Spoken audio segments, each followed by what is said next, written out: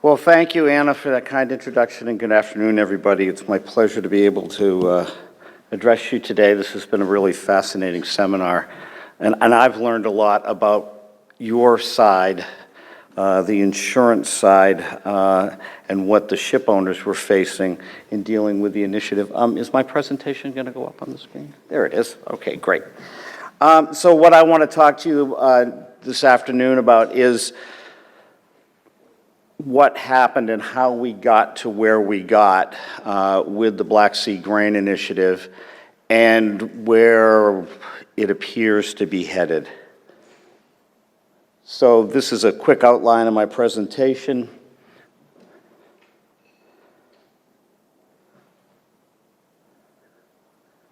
So let's talk about how things started. Of course, the war broke out on the 24th of February. Ukraine immediately closed all their ports. There, as has been mentioned a number of times, there were more than 100 foreign flag vessels with more than 450 crew trapped. Some were able to get out early. Some tried to run. Of course, we had cases where ships that were trying to get out before any controls were in place hit mines. As a result of that, the Ukrainians closed all of the ports for which they still had control. They also set MARSEC level 3, which was important because because any ship that was going to ultimately be able to get out was going to have to comply with the MARSEC level 3 controls. Also importantly, at the outbreak of the war, the Russian Federation declared the Northwest Black Sea as a war zone, and that any ship in that zone would be considered a terrorist threat, thus would be subject to attack. Now, with all these actions occurring and the closure of the Ukrainian ports, the UN very quickly recognized the threat to global food security, and almost immediately global food prices spiked. It was the highest jump ever since the UN the World Food Program had started keeping statistics, jumped almost 60%. And you'll see the quotes from UN Secretary General Antonio Guterres and World Food Program head David Beasley. I think his quote was particularly apt. The world is on fire. We have solutions. We need to act, and we need to act now. So the UN was ready to get into action, to take action to resolve the potential food crisis. The IMO was also involved. Actually, the IMO was the first organization in the UN to call for the establishment of what was known as the Blue Safe Maritime Corridor. The IMO Council, as you can see, met on the 10th of March, less than about 2 weeks after the war broke out. It was actually the fastest a meeting had ever been convened in the history of the organization. So the IMO recognized the seriousness of the problem. Now, the IMO called for the establishment of the corridor. I can say that knowing what I know now compared to what I know then, I don't think the IMO would have been able to do it on its own, because it was a level of negotiation and a level of diplomacy that doesn't really occur at the IMO, which is largely a technical body. Now, also interestingly, very shortly after the IMO Council called for the establishment of the Blue Safe Maritime Corridor, the Russian Federation unilaterally established a corridor to allow ships to leave the Odessa area ports and potentially Mykolaiv and Kherson. That corridor was much further east than the eventual maritime humanitarian corridor in the Black Sea Grain Initiative, and no one ever used it. Part of the reason was they couldn't leave the Ukrainian ports, but I think the unilateral nature of the corridor prevented it from being used. I think what the industry was looking for was a solution that was guaranteed to be safe. So with those developments, the UN began a series of shuttle diplomacy efforts, meeting with Turkey, meeting with Ukraine and meeting with the Russian Federation bilaterally to see if we could get the parties together to establish a method to get the grain out of Ukraine. This was critical at this time because the harvest from 2021 was still being processed through particularly the Odessa area ports. Ukraine provides about 20% of the world's wheat. It provides an even bigger percentage to developing countries and countries where the threat of famine exists, particularly in Africa. So it was really critical, A, to clear out what was in the silos already in Ukraine and get those silos up and running or empty so that the harvest that was going to be coming in the summer of 2022 could also be shipped out. So the UN formed a team from the Office for the Coordination of Humanitarian Affairs, which had the lead, the World Food Program, and the IMO. We brought in the maritime technical expertise as to how these operations might work. And through that, the general principles of the Black Sea Grain Initiative started to take shape during the spring, including the establishment of a joint coordination center, safe routing, protections, monitoring, inspections, and demining.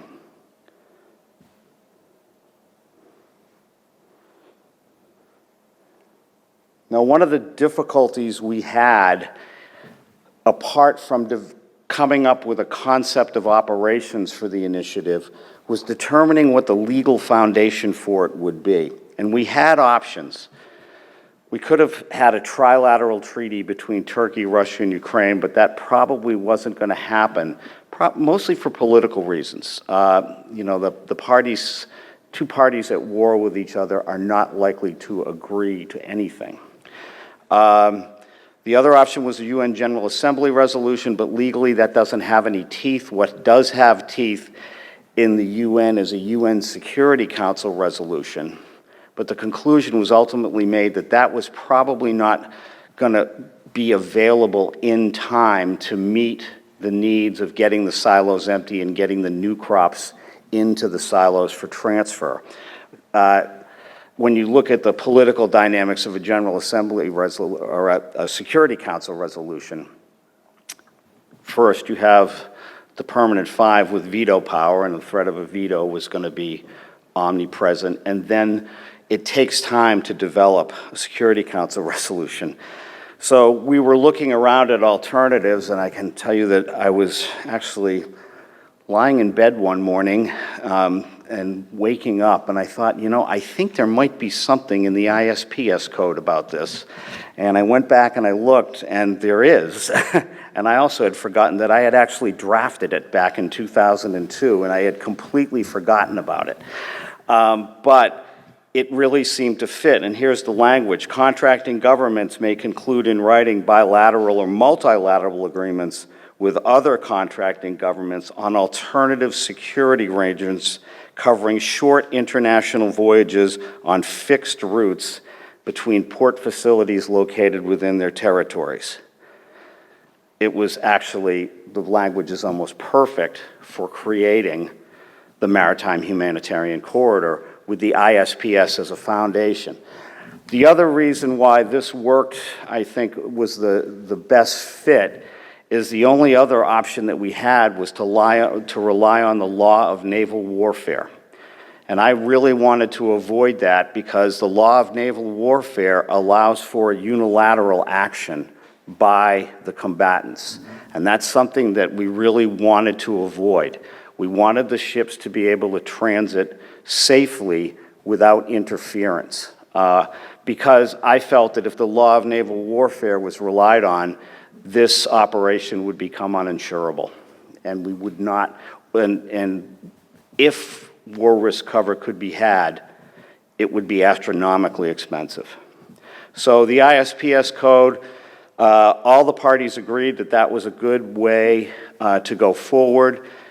The Lloyd's War Risk Committee and IUMI were comfortable with it, so that's the way we proceeded. And so what this culminated in was on the 13th of July last year. This was the first meeting where Ukraine and Russia had actually sat down at the same table. There's one thing that a lot of people notice about this picture. Anybody want to tell me what it is?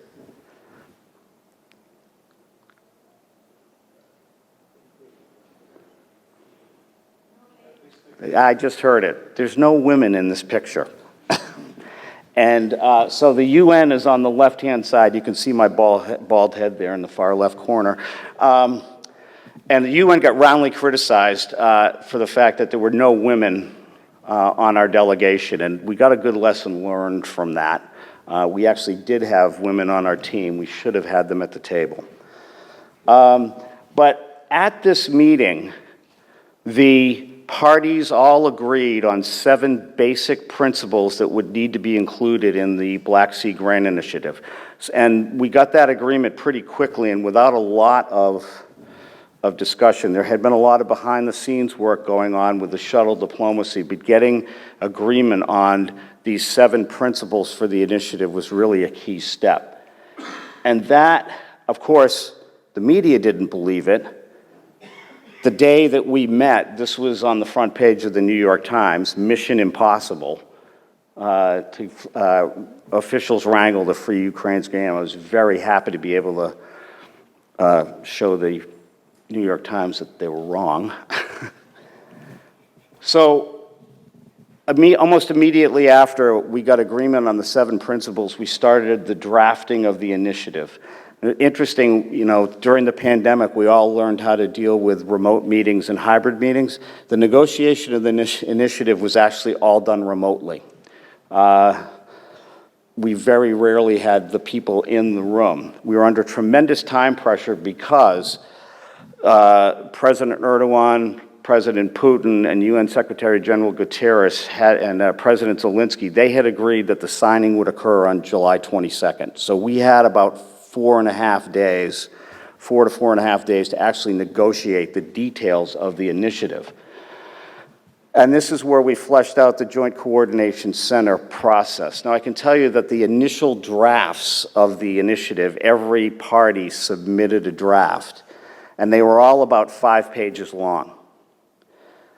What was actually signed was 1.5 pages. So a lot of the detail got cut out, and it was left to the Joint Coordination Center to work out those details. And as I said, we were consulting with Lloyd's War Risk Committee and IUMI almost every day on this, because as the negotiations developed, we said, is this going to work? Is this going to work? Because, as I said, we knew that we had to make this insurable. And of course, on July 22nd, there was the signing ceremony where UN Secretary Guterres called this a beacon of hope. And there was a lot of enthusiasm, and everyone was actually quite astonished that the initiative had actually been signed. It's called an initiative because, again, Ukraine and Russia did not want to be seen as agreeing with each other. So if you actually look at the initiative itself, it has 2 separate signature pages. One is the UN, Turkey, and Ukraine, and the other is the UN, Turkey, and the Russian Federation. And that went all the way through the JCC now. Every decision that's taken is in writing, and there's different signature pages.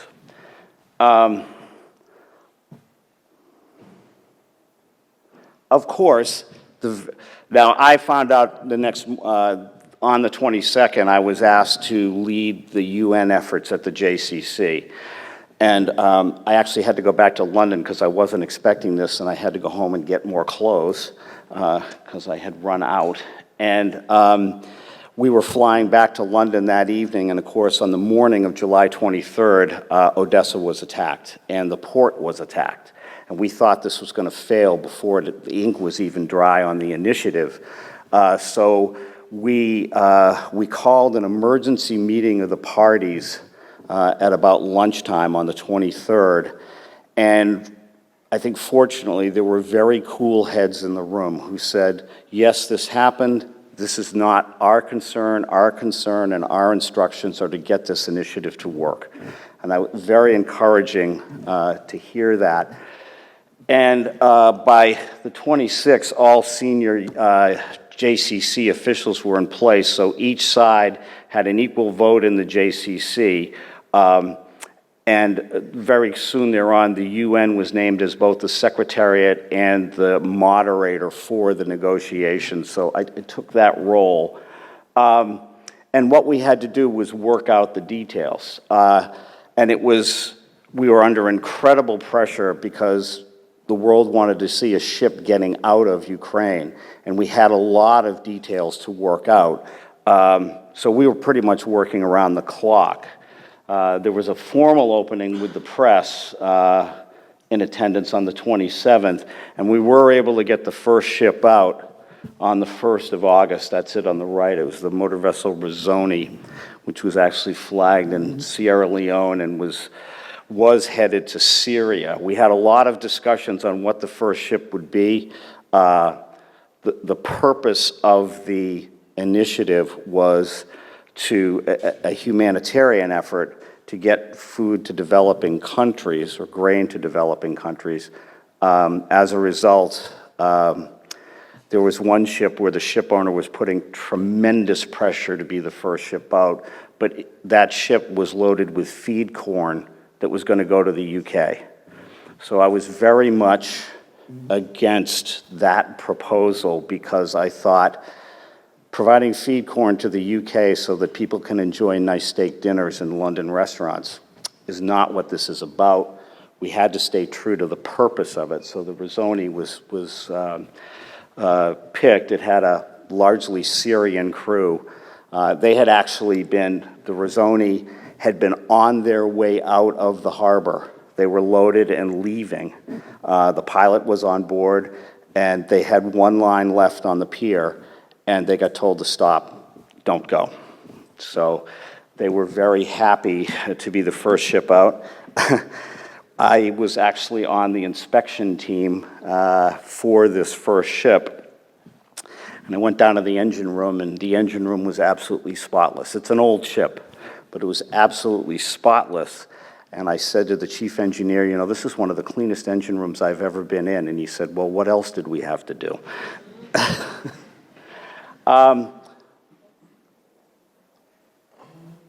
So, as I said, negotiation of the details was what was really difficult. The Rizzoni and the first ones were all test transits while we refined the procedures.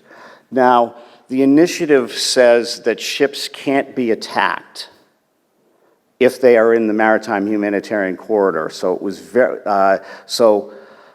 it was really critical that we design a corridor that would protect against attack from the greatest extent possible. That there would be no provocations against merchant vessels transiting in the corridor. And what ultimately occurred was we developed a buffer zone that is 10 nautical miles in radius that is like a bubble that goes with the ship.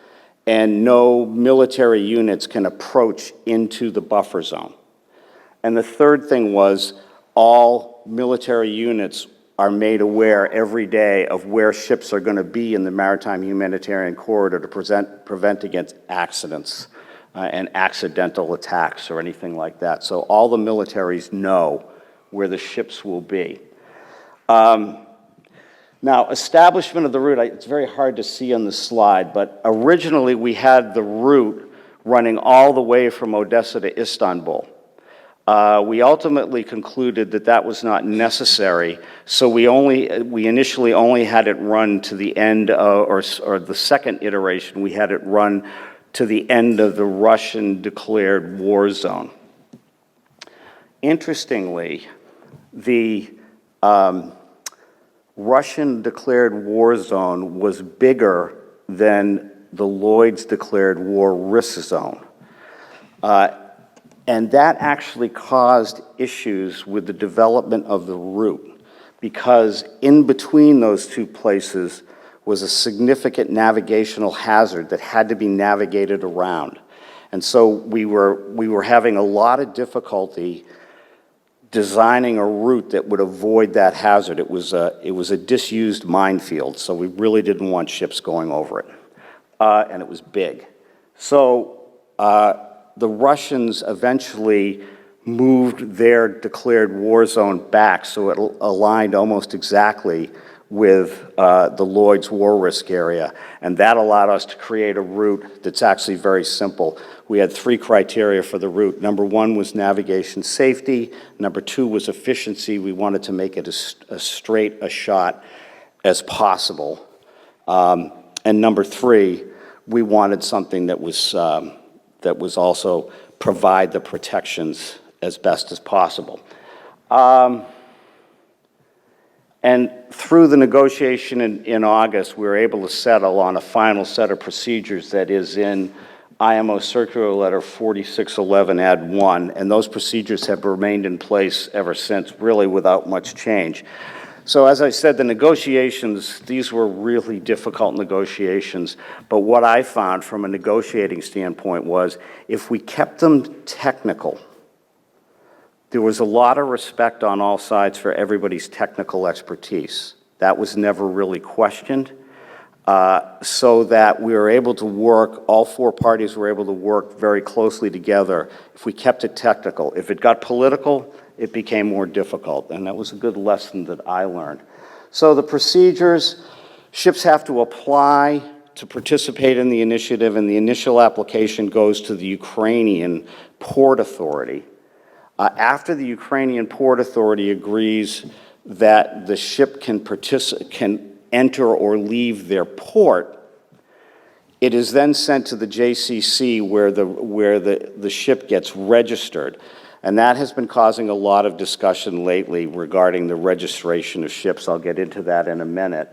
And they're screened to make sure they're eligible to participate in the initiative. And that means they can only be carrying grain and only grain or fertilizer and ammonia. However, no fertilizer or ammonia has left any Ukrainian ports yet. And that is also an issue. When they're in the corridor, they're monitored continuously by the Joint Coordination Center. If they drift out of the corridor, they're subject to attack. So if a ship starts to drift out of the corridor, the JCC will contact them and tell them to get back on course. That has occurred. And then when they either arrive in Istanbul from Odessa or from wherever they're coming from, they're inspected by a joint inspection team. And so you have all 4 parties, the Russian Federation, Ukraine, Turkey, and the UN, all provide inspectors. And for an inbound ship, the inspectors verify that the ship is truly in ballast. It's empty, has no cargo on board. And for outbound ships, they verify that they only have the cargo that's on the manifest, which is grain. And once the inspectors are satisfied, the ship is cleared, and it can either go into Odessa or it can head to its final destination. So as you can see, the number on the transits is wrong. It's up near 3,000 now, but for the 18th of August, we had the first 500,000 tons. Took us about a week to get to 1 million tons. It took us even less time to get to 2, so we doubled early. And now it should go over 30 million tons shipped out by the end of this weekend. So it's really been a success story. The primary cargo that's come out so far is corn. The secondary is wheat. And then other food products, particularly rapeseed oil, other vegetables, sunflower oil. Those are all cargoes that have been shipped out under the initiative.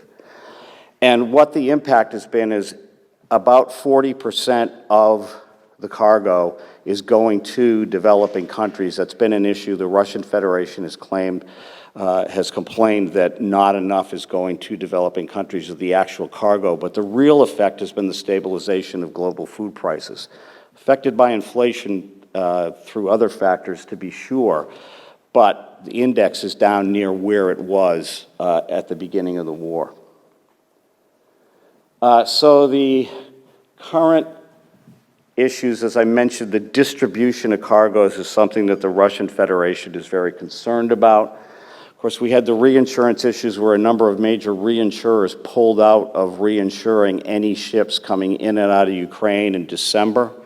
That caused a significant issue with P&I in terms of them not being able to provide cover for ships. I think there are still some clubs who are unable to do it. Others have found a way around it. One of the choke points in the initiative is the number of inspection teams that each party fields.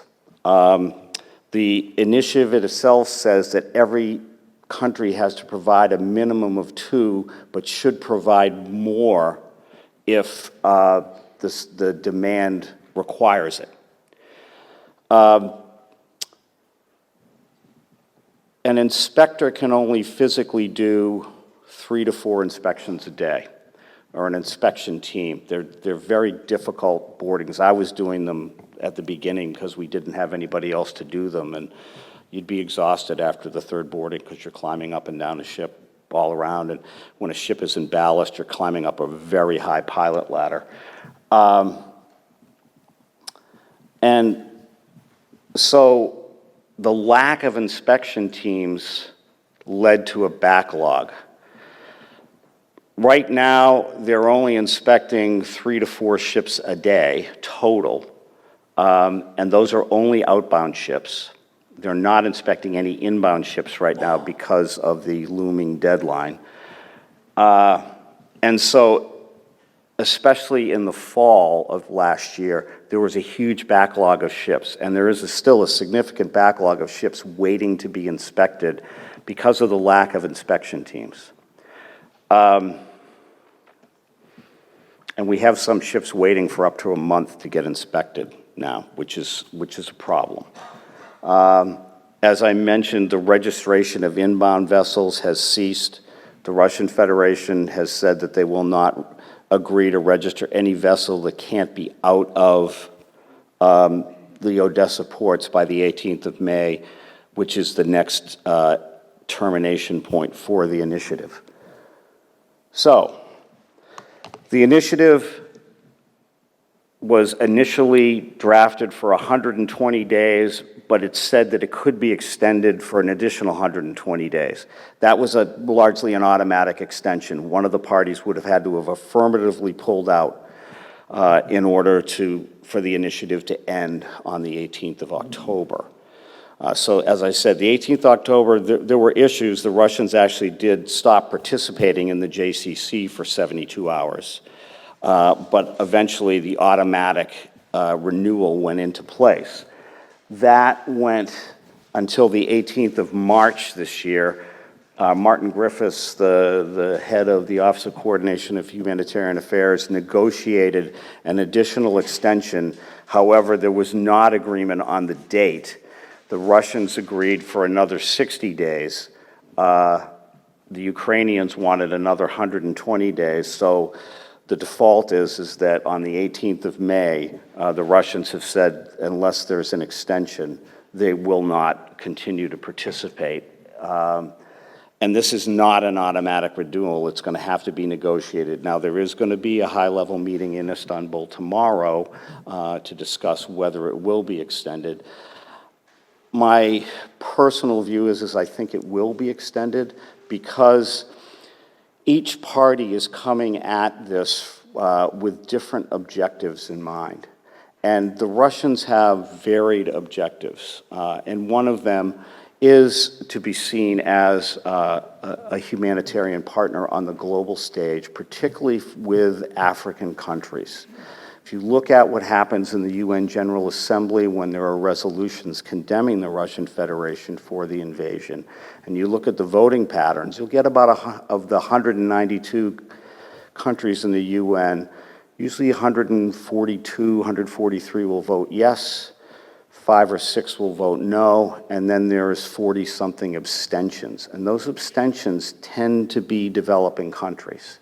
And I think that relationship is important, so hopefully it will be renewed. Now, there is an additional agreement that was signed on the 22nd of July last year where the UN committed to assist the Russian Federation in getting sanctions relief to get Russian grain and fertilizer out.